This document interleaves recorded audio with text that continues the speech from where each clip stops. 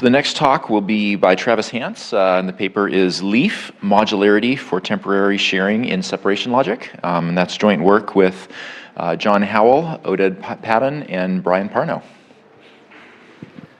Hi, everyone.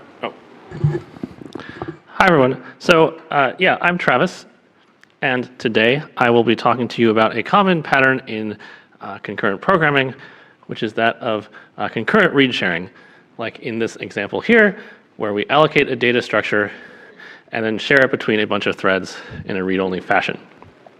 Now, of course, whenever this pattern comes up, we also have to deal with its opposite, where we reclaim exclusive access, like here, where we join all the threads, reclaim full ownership, and destroy the data structure.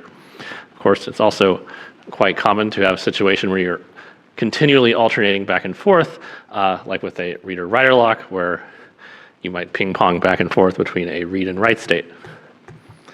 So the question we're going to be concerned about in this talk is, how do we verify code with these patterns? And our weapon of choice for formal verification will be concurrent separation logic,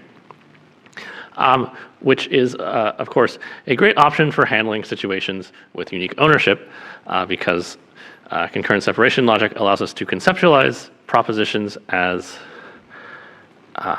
resources that can be traded around between threads, like, for example, the famous points to, which acts as a permission to access a memory location L. Okay, so what about temporary sharing? Well, separation logic also gives us some options here, most famous of which is probably fractional permissions, wherein we annotate these resources with quantities that add up to 1, so that when they sum up to 1, you have a write permission when it's all together, and when it's split up into multiple smaller pieces, it acts as read-only permissions. Now, this has a lot of nice properties, but when you go to use fractional permissions, one thing you have to ask is, what exactly do fractions have to do with my program? So what I mean by that is that there are several situations which might be better suited for something slightly different. For example, if you have a reference counter that counts the number of read references, then it might be better suited for something with a centralized counter rather than sort of decentralized quantities. And counting permissions are one such technique that can be used to handle this. I'm not going to go too much into the details of counting permissions here.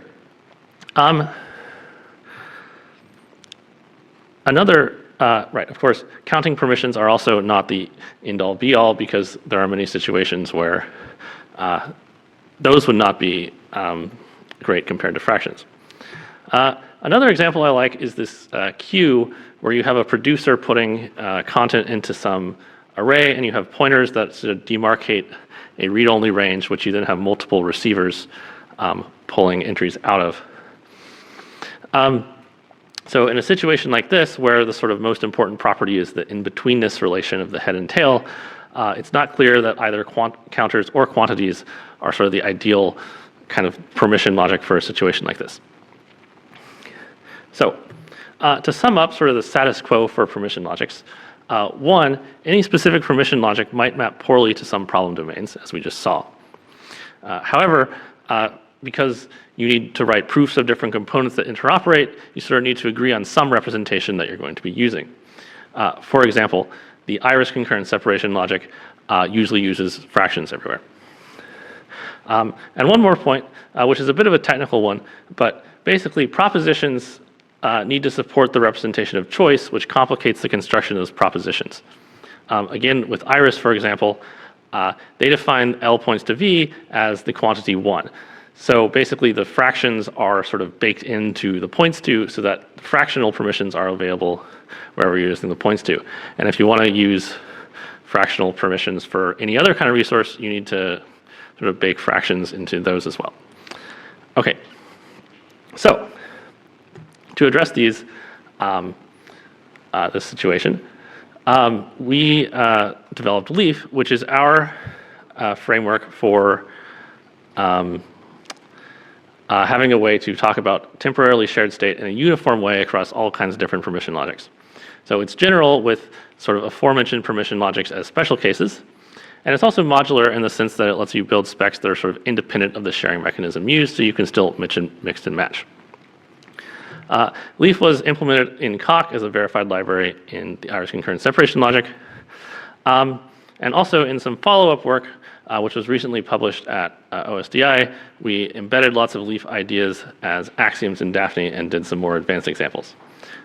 We also did something similar in Veris, the Rust verification tool, which there was a talk on yesterday by my colleague Andrea Lachuada. Okay, so with the explanation of Leaf, let me start with this point, since I've already talked about it quite a bit. So Leaf provides a general mechanism for different kinds of permission logics, which both includes fractional and counting, as I've discussed. However, once we have a general mechanism, we can start to develop new kinds of permission systems. So for example, we can develop permission systems that are sort of highly fit for particular implementations, like in locks or queues.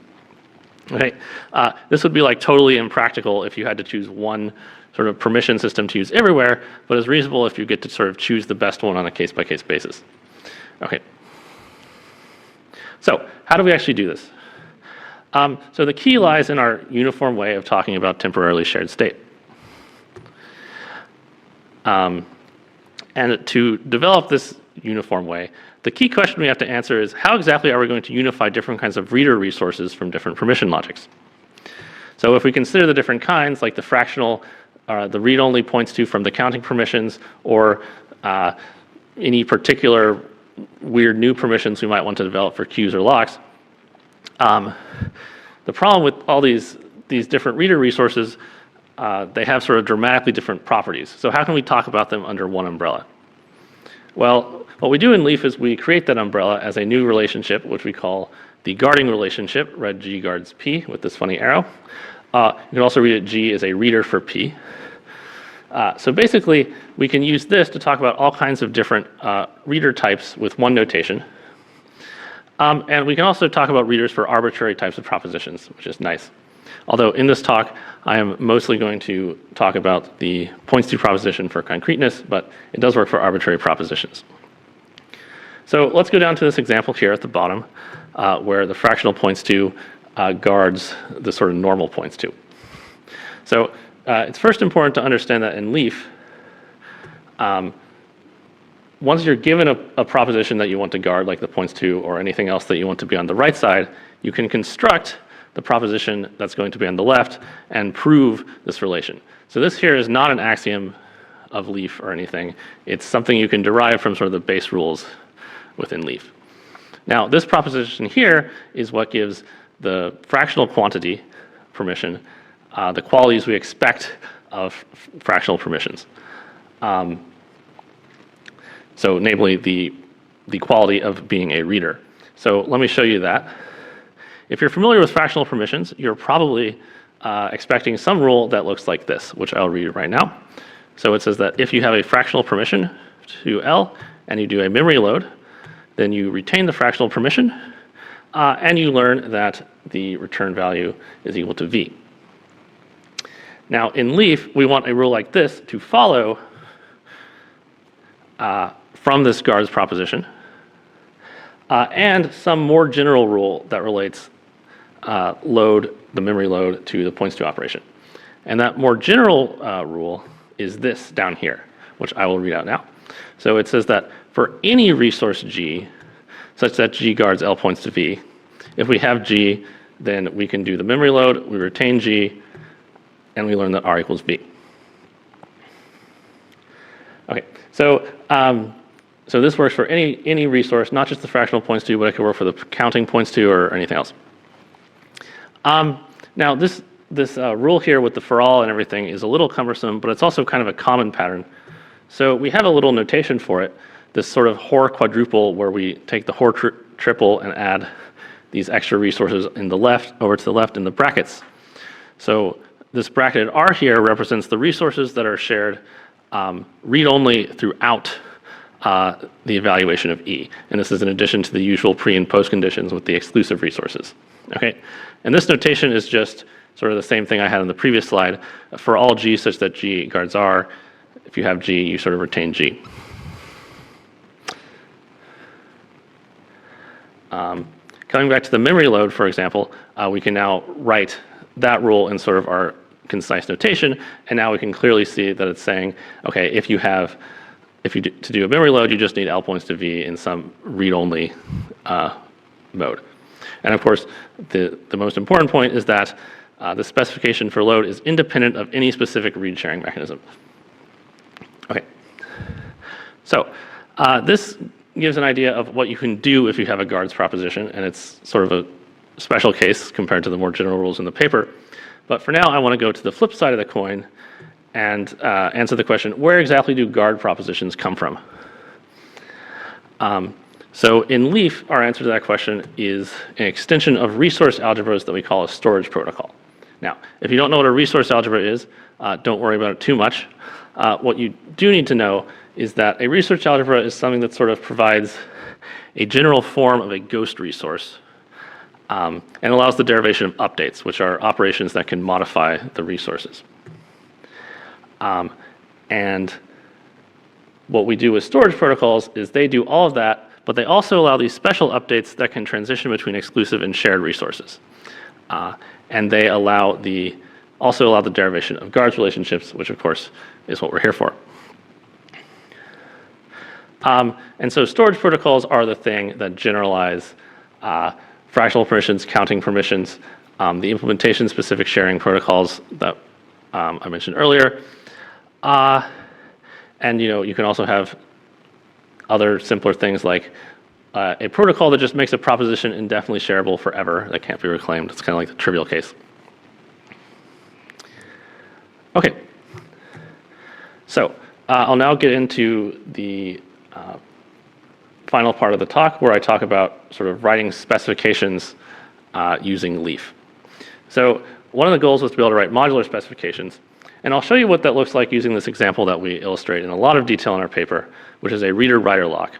The idea being we prove that the reader-writer lock meets some specification, and then we prove some client application sort of using the specification. And the main point is that the client doesn't care what permission system the lock uses to implement. So the reader-writer lock spec that we show, this is a simplified version, but this one has 4 operations: lock and unlock for exclusive ownership, the write lock, and lock shared and unlock shared for shared read-only access. And we're going to be protecting access to memory here. So the specification looks like this. And so you can see here that when you call lock, you obtain the points to proposition. And then when you call unlock, you have to return it, possibly after having like written to L or modifying it or whatever. When you call lock shared, however, instead, you get this strange resource locked shared.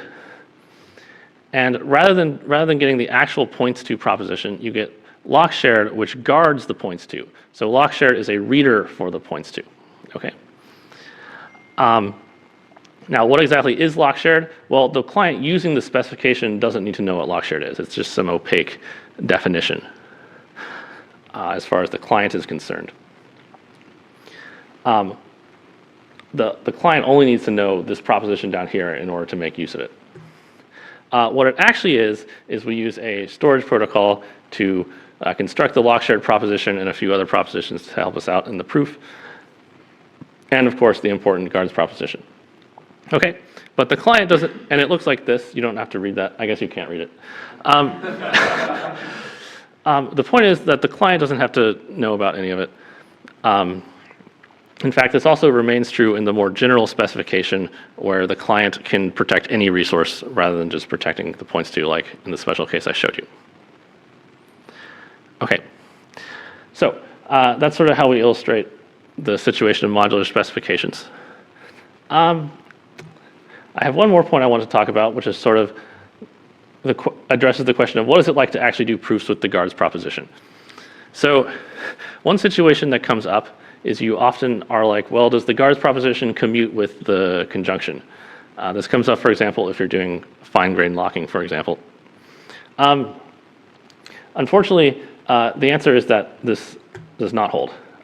If you think about it for a bit, you should conclude that the whole idea of sharing is just antithetical to the premises of separating conjunction.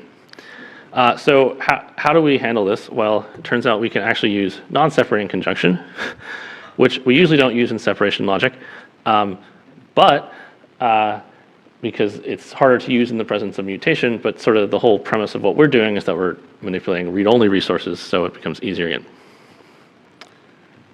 Okay, so that is basically it for my talk.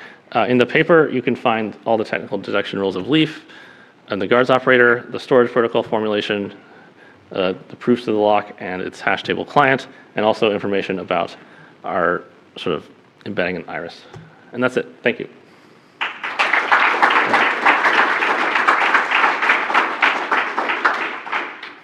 All right, thank you. Any questions? Yeah, thanks for the nice talk. So I'm a bit wondering about when you guard a general assertion, right? As a client, let's say I have a read-only access to this binary tree. One thing I'd like to do is to say, I know that this binary tree, I can unfold it, I have a left tree, a right tree. Maybe I'd like to send it to 2 threads. So if I know that I have read-only access to the tree, I should learn that I have read access to the left tree, the right tree, split this, recombine them, and then get back my initial permission. Does that work in this system? So the way we would handle that in Leaf is that, so you'd have your binary tree proposition, which is something like left subtree star right subtree, right? And then you have like, so you'd have one half of the tree guards the tree proposition, and then you'd have the tree proposition guards like the left half, because this is a rule in Leaf that you can just, like A star B guards A. So you can sort of go like that to sort of get just the left subtree on its own. Thanks.